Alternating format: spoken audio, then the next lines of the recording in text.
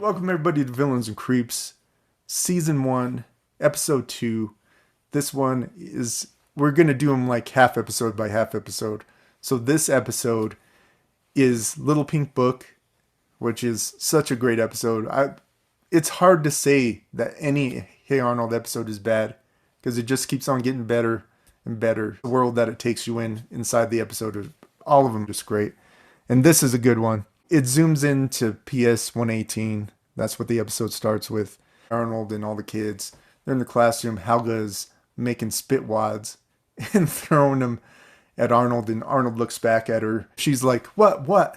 No, that she didn't do it. Looking Like, at, yeah. she's the only one that does stuff like that. And then it goes into sequence where Helga loves Arnold, if you don't know. You gotta She's talk. You gotta talk about the fact that she cut out the center of her math book to hide her pink Yeah, book. that we're getting into that. Like the first thing that she says and what I want to talk about is she's like, Arnold, what a boob. When was the last time you ever heard someone make use of the insult boob? Like calling someone a boob? Never in real life I've ever heard anybody use the insult boob. The only I've time I ever heard boob was like in old movies. the only person I've ever known to use that is my mother. Like she calls people boobs. Yeah. She hasn't done it in a long time, but that's the only person I've ever heard use it. How is that an insult? Well, I'm just curious. Like I've heard of like tits on a bull being an insult because it's worthless to have tits on a bull. Now, if you were to say like, God, what a man boob. Okay, that makes sense because man boobs are worthless. They can't produce milk. But, like what a boob. Like what a useless piece of flesh. I think Like that's what just that's a good way to say that someone's, dumb in general. you're nice to look at, but you're useless. Yeah.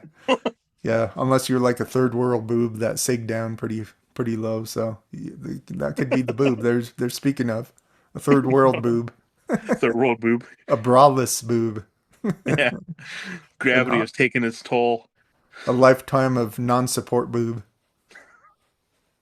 which every guy will still look at it. Then they'll tell you to roll it back up and you're I don't done. know. There's Nah, there you would still look. And then it's like, okay, no I've seen it. no. I'd be like, oh God, no.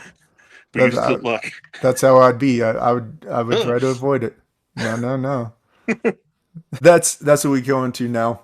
Helga has a fake math book, which contains her little pink book, which has quotes of Arnold. As it's nothing but Arnold poems, her lament about Arnold and how much she loves him.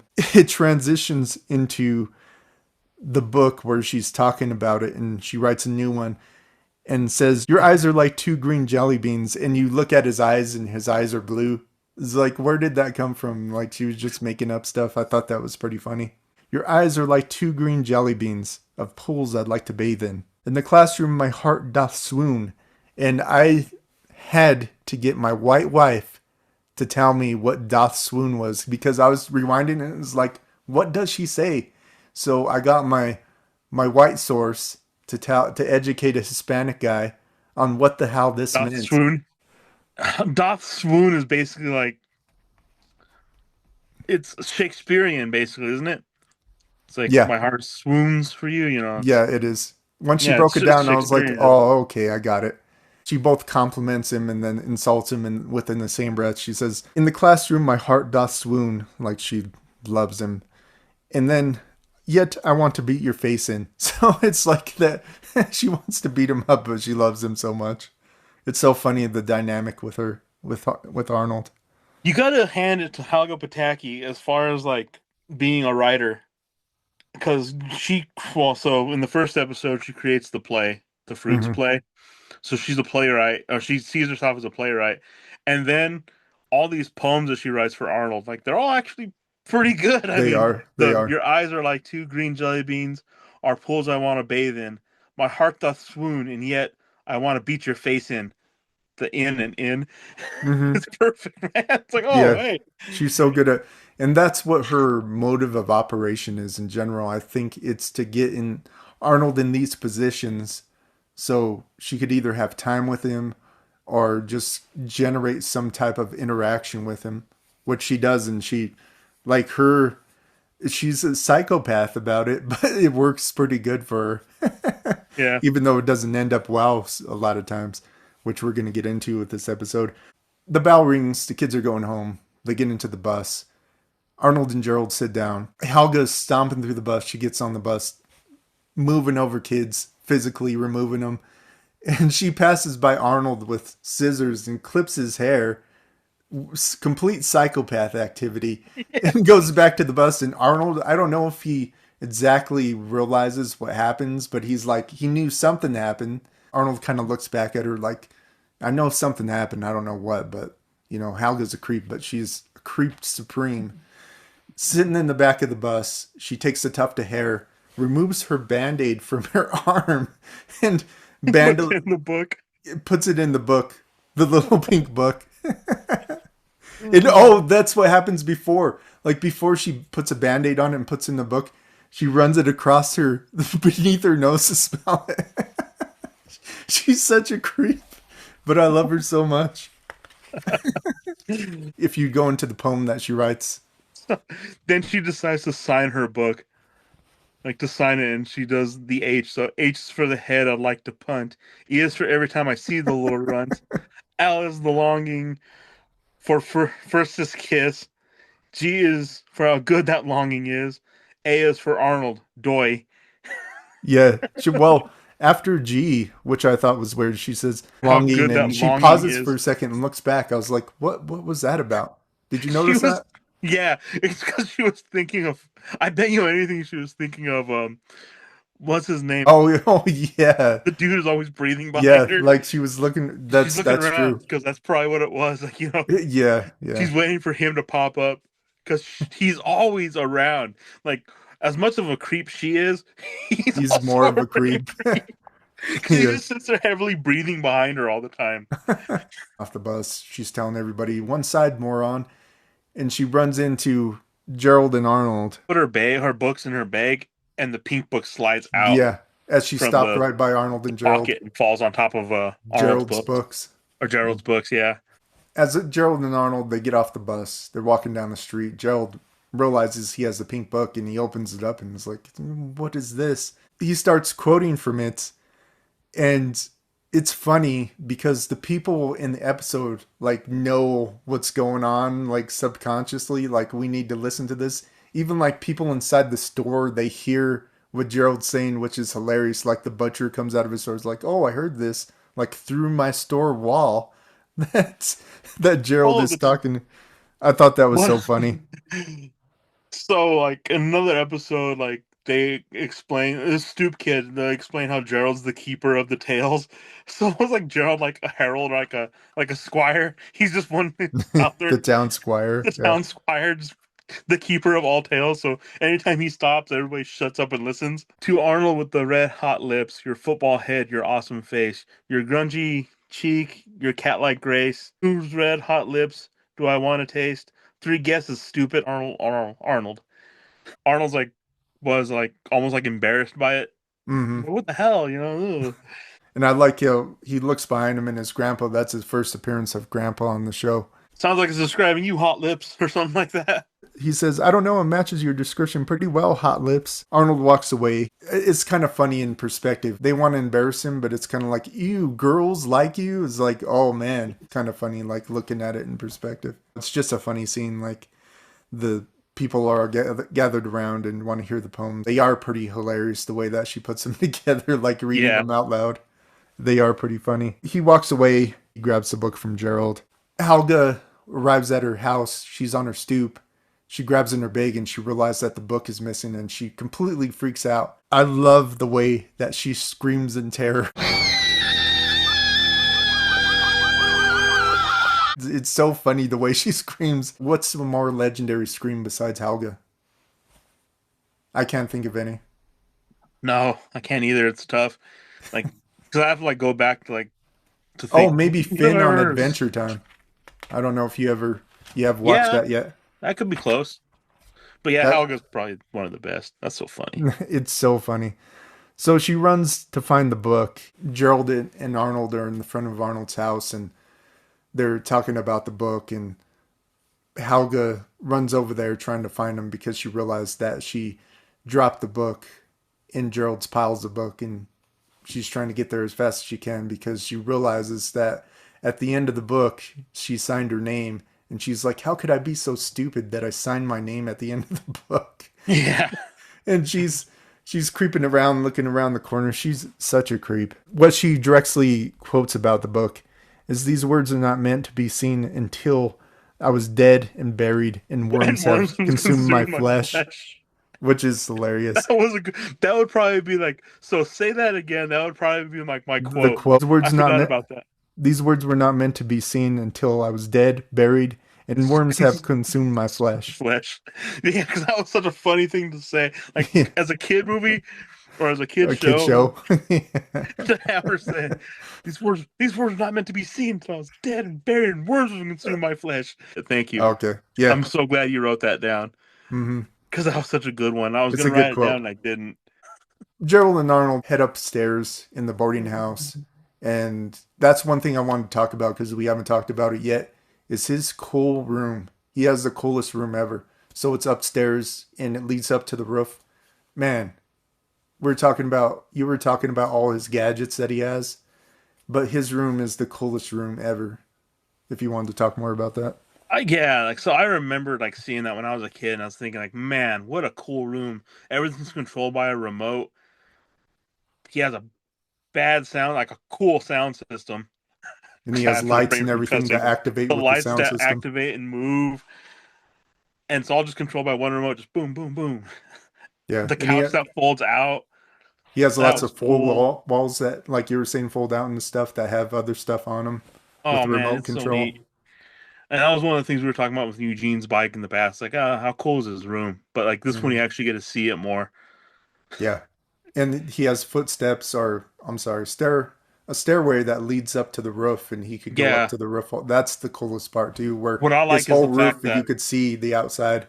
yeah, the whole roof of his freaking room is all nothing but like a sunroom. You know, like that they're all Hmm. glass panels. And that's cool. I mean, to be able to just lay it down, look up, and you'd be able to see the clouds, the stars, a Yep, rainstorm if it was happening. It would be so cool to have that. I it think would. that'd be neat. Like if I could recreate that room as like a sitting room office type of thing, I would so do that and Oh just have yeah, a cool hangout spot. And that's what I would do. Because his room is just awesome. yeah. And you could also have upstairs that could lead to the outside, and you could go out there Yeah. at night. It would be perfect. Yeah. That was so neat. And then to think that his room is like the top of a boarding house. Would it be no, cellar's a basement. What would it be? Attic? I'd It say was an basically like an attic. attic space Hmm. because it has that pull string for his stairs. And Yep. then there's his door, Hmm. you know? Like it'd be kind of neat because if you were in that room, if you think about it, like real life, like it'd be the perfect room because you would never hear people walking upstairs above you. Hmm. You were away from everybody, and then you had the access to the whole roof is just yours.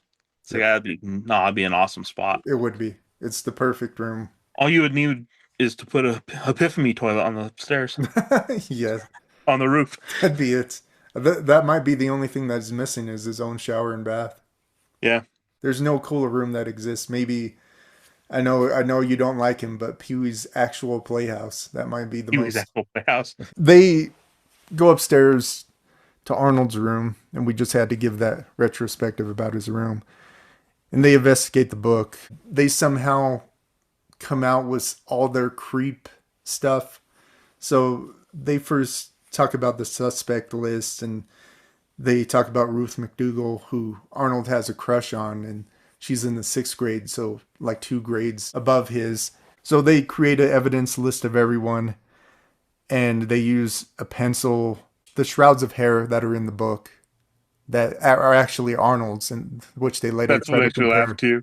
and they don't It's like, realize that he's has his hair in his head, and they would have been able to figure it out. They create the list of everyone that they suspect. They use Abner to try to trace some of this stuff, and which leads them on to a whole chase. And he's actually chasing the subject of the book because they say, "Abner, smell this book," and he's chasing Helga, which leads them back into the house. And they're like, Abner's useless for nothing, when he actually was tracing Helga back into the house. But they don't realize that Helga has since sneaked into his room and in his closet.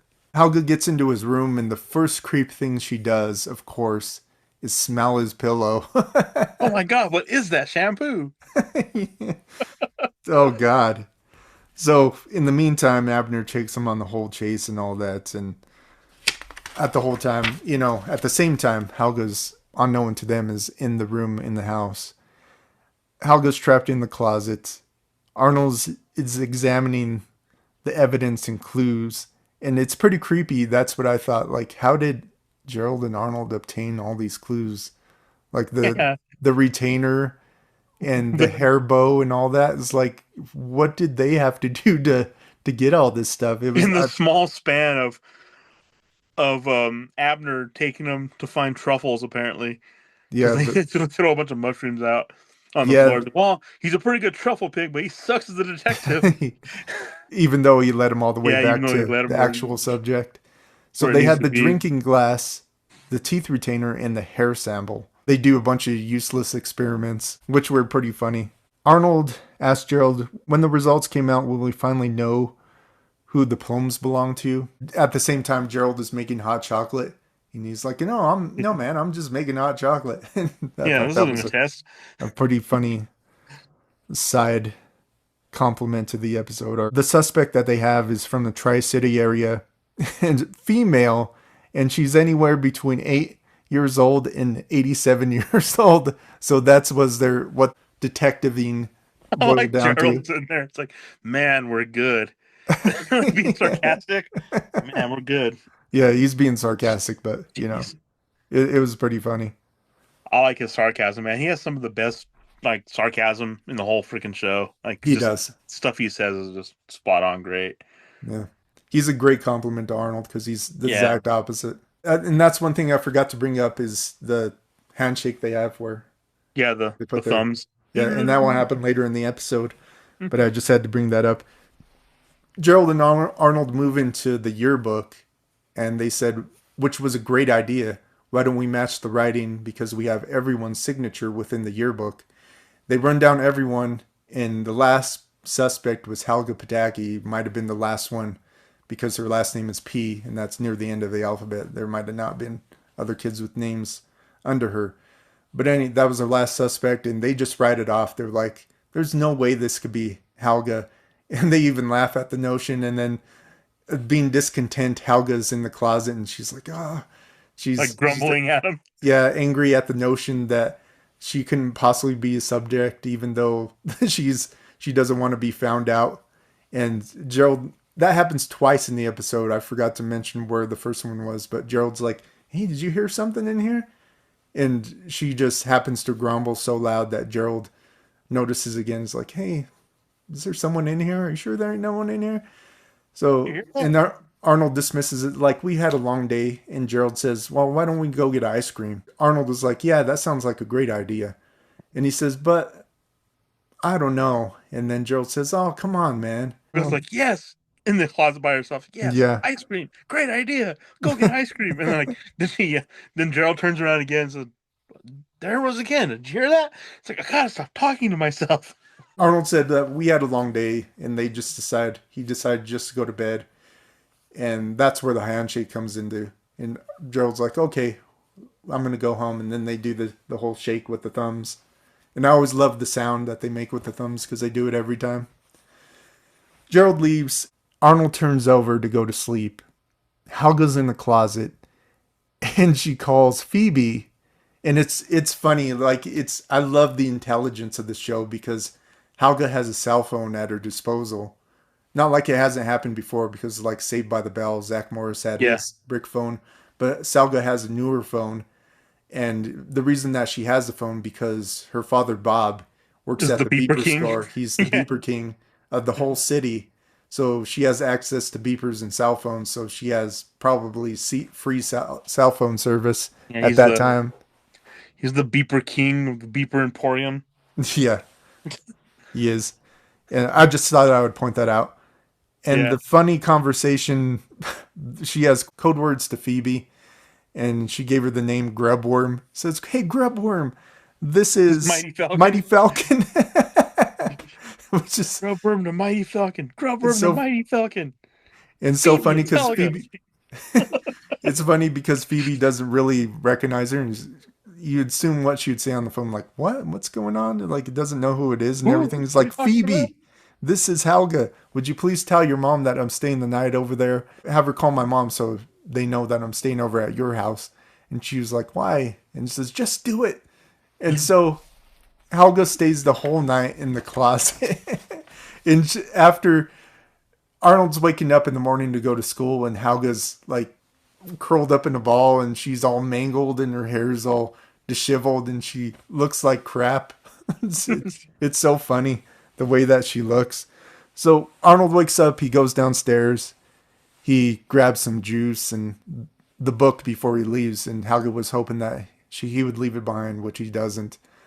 So he goes downstairs and talks to his grandpa. The grandpa said because he asked his grandpa about it. It's like his grandpa asked, "You found out who the secret admirer was?" And Arnold said he hasn't. He was kind of mad about it. So he was saying it's stupid. And the grandpa said, "You're pretty lucky, to have somebody looking out for you. Somebody who cares you so much is pretty cool." And then Arnold realizes, yeah, it is pretty cool. And then he starts like upset. Like it's just one of those like the obsessive but cool. Because Yeah. he even realizes like this is kind of weird. Well, Arnold says that. Grandpa's quote is kind of impressive. He says, "I remember when I was your age." Well, I really don't remember. Yeah, I I don't thought that was remember pretty it. funny of him. Like Yeah. he just saying that. But yeah, he says that you're lucky to have someone that cares about you that much. And Arnold says, "It's cool, obsessive, but But cool." cool. So that in a way, like, once again, like, how we're talking about, like it's kind of neat because this show actually has lessons and whatnot. Which, yeah, that's pretty weird and stalkerish, but it is kind of cool to have like a secret admirer. It's like, oh yeah, that is Yeah, kind of neat. It's actually showing like somebody actually kind of cares enough about you to. yeah. So, like reflecting to real life, have you ever had a secret admirer, Yep. Yes, I like when you have. were young? Yes. Yes, I have. And I will not bring that up really until Okay. we're off camera because I have to tell you stories because she's still around and bad. And I've also had a On top of that, I've also had a stalker too. Oh, really?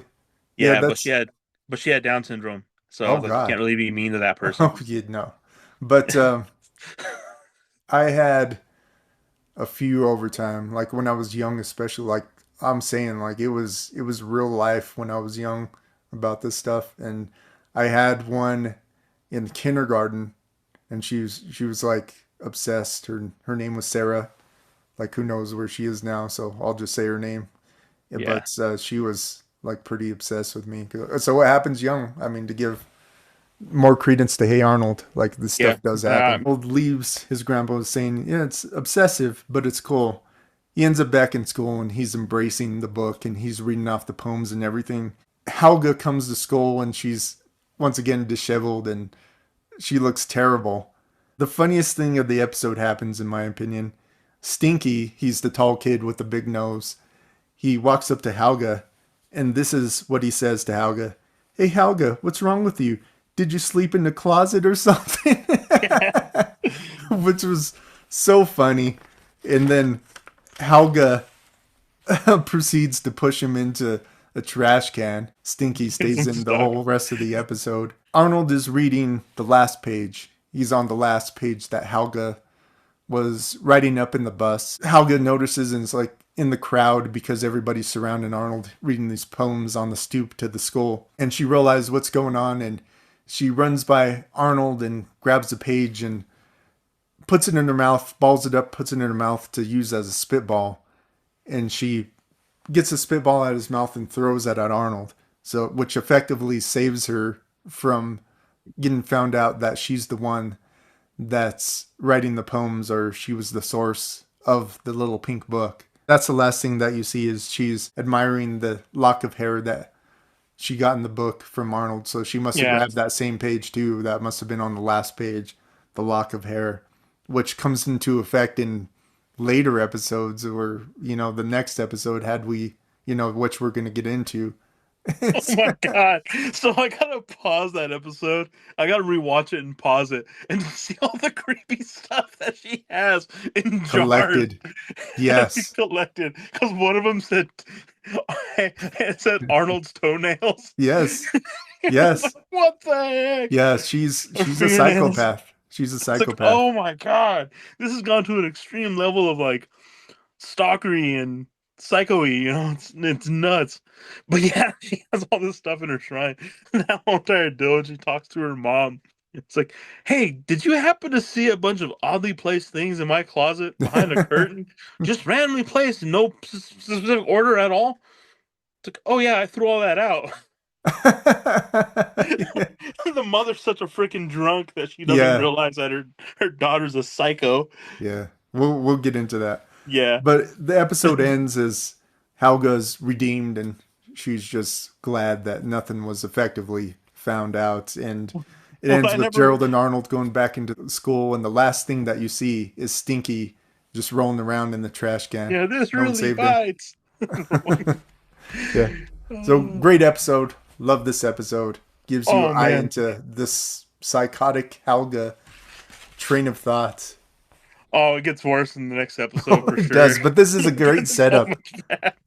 It was a good sense to like know that she actually likes him. Plus, you get that in the very first episode of Fruits, where Mhm. like she's obsessing over him. Like the whole like one thing she actually says like at the beginning of that episode was something like how I wish I could soothe his worried brow or something like that. Mhm. Yeah, you get a sense of it, but you don't know until like the show goes on of how obsessive she is, and it's gross Like to the a fact that point. she has the locket, or like Yeah. yeah, like the locket, the little heart locket of his Uh huh. picture, Well, she carries that and she framed carries picture it all the time. every time with her. She always Hmm. has it with her. So, getting to the quote of the episode, and I'm sure it's for both of us. It's a quote from Helga. These words were not meant to be seen till I was dead, buried, and worms And have worms consumed my consume my flesh. flesh. So, that was Little Pink Book. Great episode. Thank you, everybody, for watching Villains and Creeps. We'll see you